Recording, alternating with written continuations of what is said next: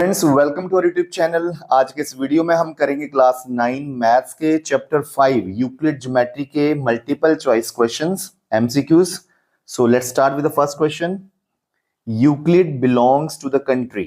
So Euclid belongs to country Greece. ठीक है। Second is Thales belongs to the country, same country Thales also Greece. Pythagoras was a student of Thales. ठीक है, Pythagoras जो था वो Thales का student था, राइट। और which of the following needs a proof. तो प्रूफ तो हमें चाहिए थ्योरम के लिए, एक्सिम, डेफिनेशन, पोस्टुलेट्स के लिए कोई प्रूफ की जरूरत नहीं होती। Fifth question is Euclid stated that all right angles are equal to each other in the form of, this is the Euclid's fourth postulate, right. Lines are parallel if they do not intersect is stated in the form of, this is definition of parallel lines, right. Parallel lines are those lines which do not meet or do not intersect. Next, seventh question is Euclid's second axiom is. So Euclid's second axiom is if equals are added in the equals, the wholes are also equal.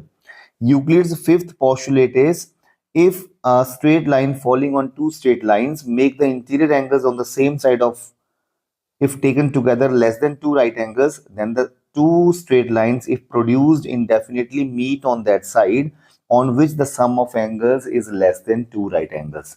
इसका मतलब है कि अगर दो lines के ऊपर एक lines जो है ट्रांसवर्सल गिर रही है, तो जिस साइड में जो को इंटीरियर एंगल्स जो है ना, ये इनका सम जो है जिस साइड में 180 से कम होगा, टू राइट एंगल से कम होगा, उस साइड में अगर लाइंस को प्रोड्यूस करें तो वो आगे जाके मिल जाती हैं। और जिस साइड में 180 से सम ज्यादा होगा, देखो इस साइड में सपोज करो 180 से सम ज्यादा है, तो इस साइड में प्रोड्यूस करेंगे, कभी नहीं मिलेंगी आगे चल के लाइंस। ठीक है, तो ये इसका मतलब है। Ninth question is so students, आप सभी को ये जान के बहुत खुशी होगी कि ओजवार गुरुकुल आप सभी के लिए क्लास 9 के बच्चों के लिए एक बुक लाए हैं। नहीं, एक बुक नहीं बल्कि 6 बुक्स लाए हैं।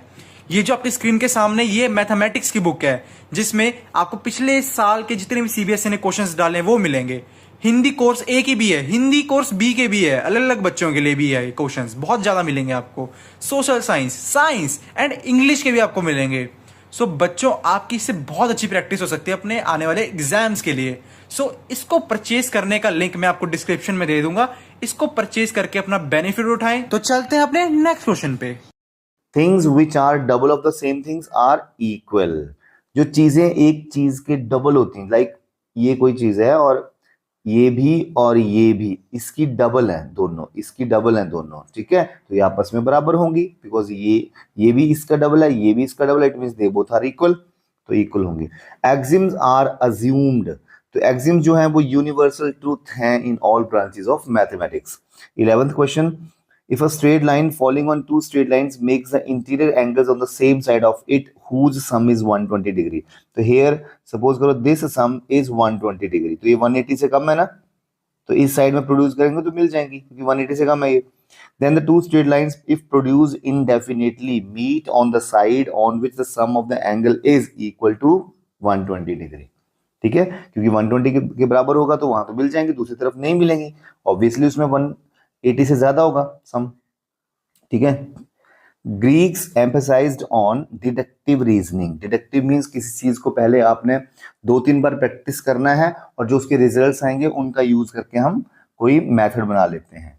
जैसे सपोज करो ट्रायंगल के 3 एंगल्स हैं, इस ट्रायंगल के भी और इस ट्रायंगल के भी, इन 3 एंगल्स का सम अगर हम करें और इन 3 एंगल का सम करें या इन 3 एंगल का सम करें तो 180 आता है। तो इसके बाद डिडक्ट हुआ कि sum of all the 3 angles of a triangle is 180 degree. तो डिडक्शन मींस किसी चीज को डिड्यूस करना, ठीक है, बार बार सॉल्व करना और सेम रिजल्ट्स आएगा तो उसको हम एक मेथड का रूप दे देंगे या एक थ्योरम बना देंगे। 13th question is Euclid divided his famous treatise, जो निबंध था यूक्लिड का, the element, this into 13 chapters. 13 chapters में डिवाइड किया था यूक्लिड ने अपना ये एलिमेंट, द एलिमेंट। 13 चैप्टर थे उसमें और total number of propositions in this the element are 465 propositions थी, जो कि डेफिनेशंस थी, एक्सिम्स थे, ठीक है, पोस्टुलेट्स थे, थ्योरम्स थी, इन सबको मिला के 465 हमारे पास थिंग्स थी। ठीक है। Next is 15th, the number of interwoven isosceles triangles in Shri yantra. तो इसमें जो ट्राइंगल्स थी आइसोसेलेस, वो 9 ट्राइंगल्स थी। आप इंटरनेट पे जाके चेक कर लें तो जो आइसोसेलेस ट्राइंगल थी वो 9 थी वहां पर, ठीक है। Next is in ancient India the shapes of altars used for the house hold rituals. जो हाउस होल्ड रिचुअल्स थे उनके लिए स्क्वायर्स और सर्कल्स का यूज किया गया था, ठीक है। और जो वर्शिप होते थे, सॉरी, जो अपनी वर्शिप के लिए हम रेक्टेंगल्स, ट्रायंगल्स एंड ट्रेपीजियम का यूज करते थे पब्लिक वर्शिप के लिए, ठीक है। तो ये 17 का ये आ जाएगा। And the 3 steps from solids to points are. तो देखियो 3 स्टेप्स सॉलिड से लेके पॉइंट तक जाने के लिए। तो देखिए सॉलिड, उसके बाद सरफेसेस आते हैं, सरफेसेस के बाद लाइंस आती हैं, लाइंस के बाद पॉइंट्स आते हैं, ठीक है। सॉलिड्स होते हैं जैसे हमारा क्यूबाइड हो गए, वो सॉलिड हो गए। सरफेसेस हो गए, रेक्टेंगल है ना, स्क्वायर हो गया, ये सरफेसेस होगी। लाइंस आप समझ सकते हो लाइन क्या होती है, और पॉइंट फिर आपका आखिरी। तो this is the pattern. The number of dimensions a solid has, solid has 3 dimensions, length breadth height होगा, ठीक है। जैसे हमारा कोन, सॉरी कोन भी है, ठीक है, बट क्यूबाइड है, लेंथ ब्रेड्थ हाइट है ना। The number of dimensions a surface है, सरफेस के तो 2 डायमेंशंस होते हैं, length and breadth and whatever you say. The number of dimensions a point has, point की डेफिनेशन में आता है a point is a location which has no dimensions, 0 dimensions होते हैं इसके। बाउंड्रीज ऑफ सॉलिड आर, तो सॉलिड है उसकी बाउंड्रीज कर्व्स हो सकती हैं, ठीक है, okay. Then boundaries of surfaces are, sorry ये हमने गलत कर दिया, boundaries of solid are surfaces, ठीक है ना। जो सॉलिड होते हैं उनकी बाउंड्री सरफेस बाउंड्री पे होता है जैसे, ठीक है। और जो लाइक सरफेसेस होते हैं उनकी बाउंड्री पे कर्व्स होता है, कर्व्स है ना, लाइंस भी होते हैं but curves is there. In Indus Valley civilization, the bricks used for construction work were having dimension in the ratio. तो जो ब्रिक्स यूज करी जाती थी उस टाइम में, तो उनके जो डायमेंशन थे वो 4:2:1 थे, right. A pyramid is a solid figure the base of which is always a any polygon, ठीक है। देखिए पिरामिड क्या होता है, जैसे मेरे पास सपोज करो ये ट्रायंगल है, ठीक है, ट्रायंगुलर पिरामिड बनेगा। तो ये पॉइंट ले लो और सारे वर्टिसेस को इसके ज्वाइन कर दो, तो ये पिरामिड बन गया। इसको ट्रायंगुलर पिरामिड बोलेंगे क्योंकि इसका बेस ट्रायंगल है। जैसे मेरे पास रेक्टेंगल है, ये इसको यहां ज्वाइन कर दें, तो this is rectangular pyramid. Square बना दो तो स्क्वायर पिरामिड बन जाएगा। तो depending on the shape of the base it's name is decided, ठीक है।